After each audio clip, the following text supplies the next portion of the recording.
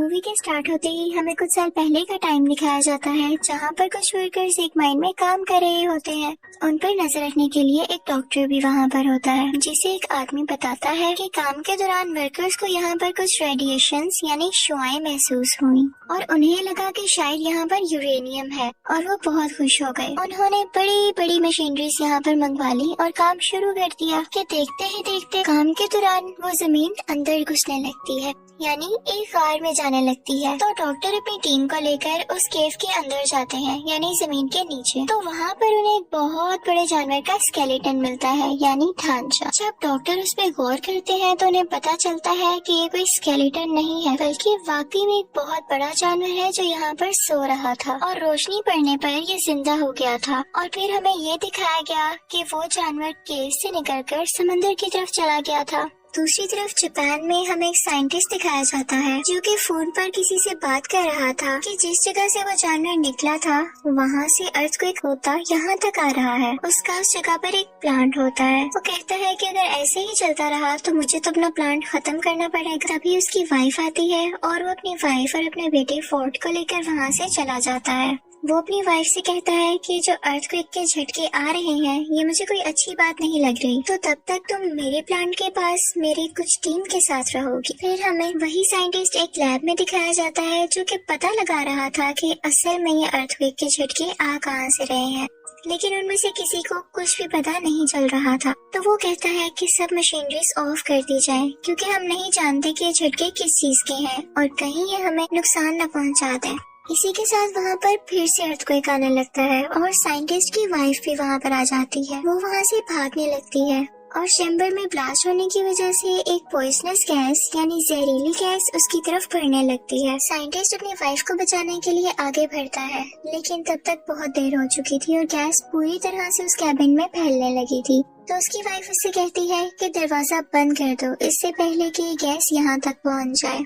और ना चाहते हुए भी साइंटिस्ट को वो दरवाजा बंद करना पड़ता है और इसके बाद वो काफी उदास हो जाता है क्योंकि उसकी वाइफ अंदर रह गई थी। वो उससे कहती है कि हमारे बेटे फोर्ड का ध्यान रखना, और इसी के साथ रेडिएशन की वजह से वो पूरा का पूरा प्लांट तबाह हो जाता है। फोर्ड भी ये सब कुछ अपने स्कूल से देख रहा था। अब हमें 15 साल बाद का वक्त दिखाया जाता है। फोर्ड अब एक फौजी बन चुका था और कुछ मंथ की ट्रेनिंग के बाद वो अपने घर वापस आया था। वो अब मैरिड था कि उसकी वाइफ को कॉल आती है कि फोर्ड के डैड को पुलिस ने पकड़ लिया है। फोर्ड अपने डैड से नफरत किया करता था क्योंकि वो समझता था कि उसकी मदर की डेथ उनकी वजह से हुई, लेकिन अपनी वाइफ के कहने पर वो उन्हें मिलने चला जाता है और जाकर अपने फादर को पुलिस से छुड़वा लेता है। फिर वो दोनों घर आते हैं तो उसका फादर उससे कहता है कि बेटा वो एक एक्सीडेंट नहीं था, बल्कि उसके पीछे कुछ रेडिएशंस थी और सेम चीज हम अभी भी फील कर रहे हैं फिर से। और वो अभी भी इसलिए अरेस्ट हुआ था क्योंकि वो उस जगह पर गया था जहाँ पर पुलिस ने जाने से मना किया था। वो बताता है कि मेरे दोस्त ने भी वॉइस फ्रीक्वेंसी नोट की है, यानी वहाँ पर से अजीबोगरीब आवाजें आती हैं, तो मुझे वहाँ पर जाकर देखना होगा और ये साबित करना होगा कि उस रोज प्लांट पर जो ब्लास्ट हुआ वो कोई एक्सीडेंट नहीं था। तो फिर फोर्ड भी अपने फादर के साथ वहाँ पर जाता है। अब वो लोग नोट करते हैं कि वहाँ पर कोई जहरीली गैस या रेडिएशन नहीं थी। वहाँ पर पुलिस फिर से आ जाती है और उन दोनों को पकड़कर अपने साथ ले जाती है और वहाँ पर वही डॉक्टर जो मूवी के स्टार्टिंग सीन में दिखाया गया था वो भी होता है। वो सब साइंटिस्ट से पूछते हैं कि आखिर तुम बार बार उस जगह पर क्यों जाते हो, तो वो सब कुछ बताने लगता है जो वो करना चाहता था। डॉक्टर ये सुनकर बहुत हैरान होता है क्योंकि इतनी सारी इन्फॉर्मेशन तो उसे भी नहीं पता थी। वो वहाँ पर एक बहुत बड़ी पत्थर जैसी चीज पर कुछ एक्सपेरिमेंट्स कर रहे हैं। अचानक वो पत्थर हिलने लगता है तो वो लोग उस पर बिजली फेंकते हैं, यानी इलेक्ट्रिकल शॉक देते हैं। वो पत्थर टूट जाता है और उसके अंदर से एक बहुत बड़ा क्रिएचर बाहर आता है। वो बहुत ही ज्यादा बड़ा था और लोगों पर बिजली जैसी कोई चीज फेंक रहा था। और फिर हमें दिखाया जाता है कि वो जानवर खुद को कैद से आजाद करवाकर प्लांट से बाहर आ जाता है और वहाँ से उड़ जाता है। अगले दिन कैप्टन आते हैं और डॉक्टर को अपने साथ जाने का कहते हैं। डॉक्टर अपने साथ साइंटिस्ट और फोर्ड को भी ले लेता है, लेकिन इस वाकये में साइंटिस्ट काफी जख्मी हो चुका था। वहाँ पर जाकर उनका हेड उन्हें बताता है कि ये क्रिएचर कोई आम क्रिएचर नहीं। जब जमीन की रेडिएशंस कम होती गयी तो ये समंदर की गहराइयों में चला गया ताकि ये वहाँ से अपनी एनर्जी ले सके। वो बताते हैं कि हमारी कंपनी को भी उसे ढूंढने के लिए बनाया गया था। वो आज तक नहीं मरा और उसका नाम गॉडजिला था। और ये वही जानवर था जिसे लोग अर्थक्वेक समझ रहे थे, और वो चलता चलता यहाँ जापान के एक प्लांट में आ गया, क्योंकि उसे कोई ऐसी जगह चाहिए थी जहाँ से वो बहुत सारी एनर्जी एक साथ ले पाता। इसी के साथ हमें दिखाते हैं कि साइंटिस्ट की वहाँ पर डेथ हो जाती है और वो सब लोग काफी परेशान हो जाते हैं कि आज तो ये मरे हैं, कल को कोई और भी मर सकता है। अचानक वहाँ पर हेड को कॉल आती है कि एक समंदर से अजीबोगरीब रेडिएशंस आ रही हैं और उन्हें पता चलता है कि वो क्रिएचर वहीं पर मौजूद है और वो वहाँ पर न्यूक्लियर बॉम्ब खा रहा था क्योंकि उसे एनर्जी चाहिए थी। लेकिन इसके साथ साथ उन्हें वहाँ पर किसी और चीज के भी सिग्नल्स मिल रहे थे। वहाँ पर कुछ लोग भेजे गए थे जो देखते हैं कि समंदर से एक बहुत बड़ा जानवर बाहर आ रहा है। वो दरअसल वही खतरनाक क्रिएचर था जो कि अब शहर में आ चुका और सब लोग उससे बहुत ज्यादा डर रहे थे। और उसी के साथ हमें गॉडजिला दिखाया जाता है जो कि गुस्से से चला रहा था। अगले दिन टीवी पर न्यूज आती है कि वो क्रिएचर गॉडजिला से बचकर भाग गया। अब वो खतरनाक क्रिएचर समंदर में जाकर और भी जानवरों को अपने साथ मिला रहा। डॉक्टर की टीम मेंबर कहती है कि बहुत टाइम पहले हमें 2 अंडे मिले थे। एक अंडे में से एक जानवर निकलकर जापान के उसी प्लांट पर चला गया था और हम नहीं जानते कि दूसरे अंडे का क्या हुआ। उसे एक जगह पर सेफली रखवा दिया गया था। जब कुछ लोगों को वहाँ पर देखने के लिए भेजा जाता है तो वो लोग देखते हैं कि अंडे में से वो जानवर निकलकर कहीं जा चुका है। पता चलता है कि ये दूसरा अंडा उसी खतरनाक क्रिएचर का था और वो उसमें से निकलकर किसी और शहर में जाकर तबाहियां मचा रहा था। इन दोनों को पुलिस ढूंढने लगती है।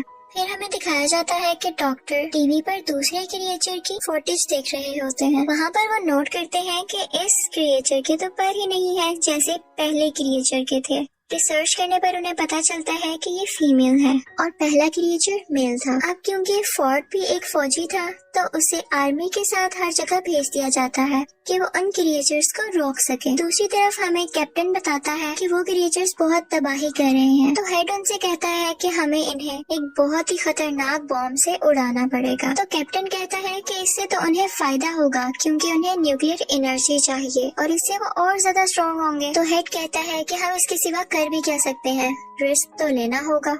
वो दोनों क्रिएचर्स अपनी एनर्जी रिस्टोर करने के लिए यानी रेडिएशंस को खुद में फिल करने के लिए एक समंदर में जा रहे थे क्योंकि समंदर की गहराई से उन्हें बहुत सारी रेडिएशंस मिली और गॉडजिला दूसरी तरफ उन्हें मारने के लिए आ रहा था। तो ये सब लोग भी उसी समंदर की तरफ बढ़ते हैं और वो न्यूक्लियर बॉम्ब भी अपने साथ रख लेते हैं। फोर्ड भी इन पर नजर रखे हुए था। वो बॉम्ब उन्होंने एक बोट पर रखा हुआ था। मेल क्रिएचर आकर उस बोट पर अटैक कर देता है और वो न्यूक्लियर बॉम्ब उठाकर वहाँ से चला जाता है।